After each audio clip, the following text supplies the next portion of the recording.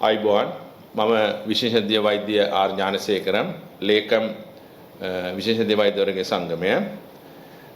දැන් අපි මෙතන අද කතා කරන්නේ පඩි වැඩි කිරීම ගැන නෙමෙයි. පෞද්ගලික අවුරුදු දිගටම අවුරුදු ගාණක් දිගටම වැඩි වෙගෙන ආපු විෂමතාව ගැන තමයි අපි කතා කරන්නේ. ওই විෂමතාවට තියෙන්නේ අපේ සේවා ව්‍යවස්ථාව හරියට හදලා නැහැ. අතිරේක වැඩවලට ගෙවෙන ගෙවීම් ක්‍රමයේ ප්‍රශ්නයක් තියෙනවා. ප්‍රහාණ පාසුකම් නැහැ. විශේෂයෙන් රාට පය 24ම ඩියුටි කරන විශේෂ වෛද්‍යවරුන්ට ප්‍රහාණ පාසුකම් නැහැ.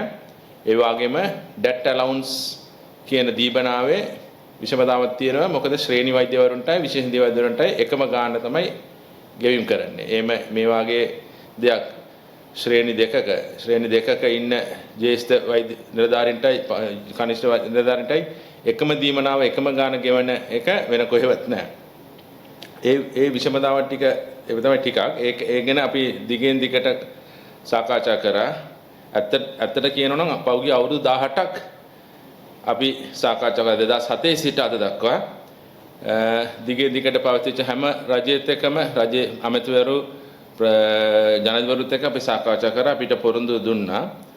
හැබැයි කිසිම දෙයක් අද දක්වා සිද්ධ වෙලා නැහැ. මේ බජට් එකෙන් අයවෙන් මේක විසඳනවා කියලා මේ වර්තමාන ආණ්ඩුවෙනුත් අපිට පොරොන්දුවක් ලැබුණා. ගෞරව ඇමතිතුමා ගෞරව සෞඛ්‍ය ඇමතිතුමා පාර්ලිමේන්තුවේ දෙපාරක් විතර ප්‍රකාශ කරා මේ විශේෂ වෛද්‍යවරුන්ට විසඳුමක් තියෙනවා ඒක විසඳන්න ඕනේ කියලා. අපිටත් පොරොන්දුවක් දුන්නා. හැබැයි 2020 බජට් එකේ කිසිම දෙයක් අපිට පේන්නේ නැහැ මේ අපේ විසඳුමකට විසඳුමක් හැටියට. ඉතින් ඒක නිසා මේ බරපතල තත්ත්ව ගැන අපි විධායක කමිටුවේ සාකච්ඡා කරා ඊයේ. ඒකෙන් අපි තීරණයක් ගත්තා අපේ රට පුරාම ඉන්න අපේ විශේෂඥ වෛද්‍යවරු අපේ සමාජය වෙන්න පුළුවන් අපේ සමාජය නොවෙන්න පුළුවන් සියලුම විශේෂඥ වෛද්‍යවරු කොළඹට ගෙන්නලා කැඳවලා මේක ගැන අවසාන තීරණයක් අරගෙන සාකච්ඡාවෙන් පස්සේ අවසාන තීරණයක් අරගෙන ඉදිරියට කටයුතු කරනවා ගැන. ඒ කියන්නේ වැඩවර්ධනයක් කරන්න පුළුවන්. වැඩ වර්ජනයක් කියලා මට එකපාරටම කියන්න බෑ. හැබැයි ඔතන තමයි මට එකක් කියන්න වෙන්නේ සාමාන්‍ය මහ ජනතාව දැනුවත් නැතුව වෙන්න පුළුවන්. විශේෂඥ වෛද්‍යවරු කියන්නේ රෝගීන්ට ප්‍රතිකාර කරන කොටසක් විතරක් නෙමෙයි අපි කරන්නේ. මේ නිදහස් සෞඛ්‍ය සේවා පවත්වා යනකොට සෑහෙන විවිධ කටයුතු අපිට තියෙනවා. ඒකින්ද අපිට හැබැයි ඒවට ගෙවීම් කරන අපේ පඩිවල ඒව එකතු වෙලා නැහැ. ඒවත් අපේ විසමදාම කියලා අපි දිගට කියන එක. ඒකෙන්ද ඉදිරියට අපි සලකා බලන්න වෙනවා රජයෙන් අපිට දෙන පිළිතුරු මොකක්ද? අපි මොන වගේ ඉස්සරහට කටයුතු කරනවා කියලා. විශේෂයෙන්ම විශේෂඥ වෛද්‍යවරු කියන කණ්ඩායම අපි දන්නවා වැඩවර්ධන කරන්නදී ඉල්ලන කණ්ඩායම. කියන්නේ ඔවුන්වත් මේ අයවැය තුළ යම් කිසි දේ සහනයක් හෝ ඔවුන් දිරිගන්න දෙයක් හෝ ඔවුන්ගේ විෂමතාවක් හෝ ඉවත් කරලා නැහැ කියලා කියන්නේ. ඔව් හරි කනකාට්ටු තත්ත්වයක්. අපි දැන් ඔබතුමා කිව්වා වගේ අපි කවදාවත් වැඩ වර්ජන වලට යන්නේ අපි ඉල්ලීම් වලට. ඒක නිසා දැන් අපිට දැන් හිතන්න වෙනවා. ඒ නිසාද දන්නේ අපි අවුරුදු 18ක් සාකච්ඡා කර කිසිම දෙයක් අපිට ලැබුණ නැත්තේ අපිටම කියලා ලැබෙන්න කිසිම දෙයක් අපිට ලැබුණ නැත්තේ අපි වැඩ වර්ජන වලට ගියේ නැති හින්දාද කියලා දැන් අපිට හිතන්න වෙනවා. මේ මොහොතේ තව දෙයක් කියන්න වෙනවා මට. දැන් ළඟදී ඉංග්‍රීසි ගිය අපේ සෞඛ්‍ය ඇමතිතුමා එහි ඉන්න ලෝක පුරාම ඉන්න ලංකාවෙන් ගිය විශේෂ වෛද්‍යවරුන්ට ආරාධනා කරලා නැවත ලංකාවට එන්න කියලා අවශ්‍ය දේ කරනවා කියලා. එහෙම කියම ඇමතිතුමාට අපිට හිතා ගන්න බැරිුණා අයි ලංකාවේ රට වෙනුවෙන් දිගින් දිගට සේවය කරන විශේෂ වෛද්‍යවරුන්ට අවශ්‍ය අවම පාසුකමක් දෙන්න බැරි වුණේ මොකද කියලා. ඒ ඉතින් ওই මේ වාගේ තත්ත්වයේදී අපිට හිතා ගන්න බෑ මේ පිටරට ගිහිල්ලා සේවය කරන විශේෂ වෛද්‍යවරු නැවත ලංකාවට එයිද කියලා හිතා ගන්න ටිකක් අමාරුයි. ඒ කියන්නේ විශේෂඥ වෛද්‍යවරුන්ගේ දෙවැත්තේ ගියක් තියෙනවා ලංකාවේ. ඒ නිසා තමයි සෞඛ්‍ය අමාත්‍යතුමා දැඩි හිඟයක් තියෙනවා.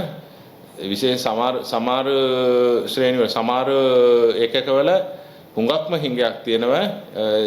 දැන් ඒක නිසා තමයි දැනට ලංකාවේ සේවය කරන විශේෂ වෛද්‍යවරුන්ට කාල සීමාවක් නැතුව වැඩ කරන්න වෙනවා. ඒක රජයේ හොඳටම දන්නවා. දැන් අපිට අර shift duty විදියට දාන්න ගියොත් මේ අමතතුමා අමතාංශය දන්නවා මේගොල්ලන්ට මේ විශේෂ වෛද්‍යවරුන්ගේ ප්‍රමාණව හුඟක්ම අඩුයි කියලා. ඒක නිසා දැන් විශේෂඥ වෛද්‍යවරු කියන්නේ සාමාන්‍ය සේවය කරනකොට කටයුතු ඉටු කරනකොට අපිට සීමා කරන්න බෑ අපිට මෙච්චර වැඩ කරන්න පුළුවන් කියලා. අපි අපේ වැඩ බාර ගන්න තව කෙනෙක් නැහැ. අපිමයි අපේ එකකට එන සියලු දෙනාමට ප්‍රතිකාර දෙන්න ඕනේ. ඇතුල් වෙන රෝගීන්ගේ සීමාවක් නැහැ. එතකොට අපි වේලාව කාල සීමා බලලා වැඩ කරන පිරිසක් නෙමෙයි.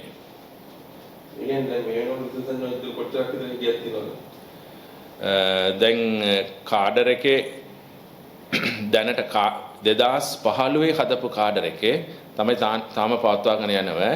ඒ 2015 හදපු කාඩර් එකේ හැටියට දැනට ඉන්ඩෝනේ 2800යි ඉන්නේ 1900යි. එතකොට 900ක හිඟයක් තියෙනවා. හැබැයි 2015 හදපු කාඩර් මේ දැනට ඇත්තටම තියෙන ඕනේ කාඩර් එක. එතකොට සාමාන්‍ය මම ඒකත් එක්ක අර කාඩර් එක අලුත් කරා නම් අඩුම ගන්න 2000ක. අකින 150ක 60ක විශේෂ වෛද්‍යවරු තමයි ලංකාවට දැන් ඉන්නේ. ඒ කියන්නේ මේ කාඩර් එක තව දෙගුණයක් වෙන්න ඕනේ ප්‍රමාණයක් තියෙනවා. ඔව් 2015 කාඩර් එකනේ 2800. එතකොට මේක 2025ට හැදුවොත් ඒ කාඩර් එක පුරපාඩු ඊට වඩා ලොකුයි. ඒ කියන්නේ දැන් අතව සෞඛ්‍ය සේවාව දිනු වෙලා ඊට වඩා ජනගහනය වැඩි වෙලා රෝගීන් ප්‍රමාණය වැඩි ජනගහනය ලංකාවේ වැඩි. ඒකත් එක්ක මේ කාඩර් එක වැඩි වෙන්න ඕනේ කියලා. ඔව් ඒකත් ඒ කාඩර් එක අනිවාර්යයෙන්ම වැඩි වෙන්න ඕනේ. කාඩර් එක අලුත් කරන්න ඕනේ. ඔව් දැන් මේ தත්ත්වය යම් විදිහක මේව කරගන්න ඔබතුමාලා ඉදිරියේදී සෞඛ්‍ය අමාත්‍යවරයෙක් සාකච්ඡා කරන්න සූදානම්ද? ඔව් සෞඛ්‍ය අමාත්‍යතුමා අපිට සාකච්ඡාව දීලා තියෙනවා පහුගිය දවස්වල.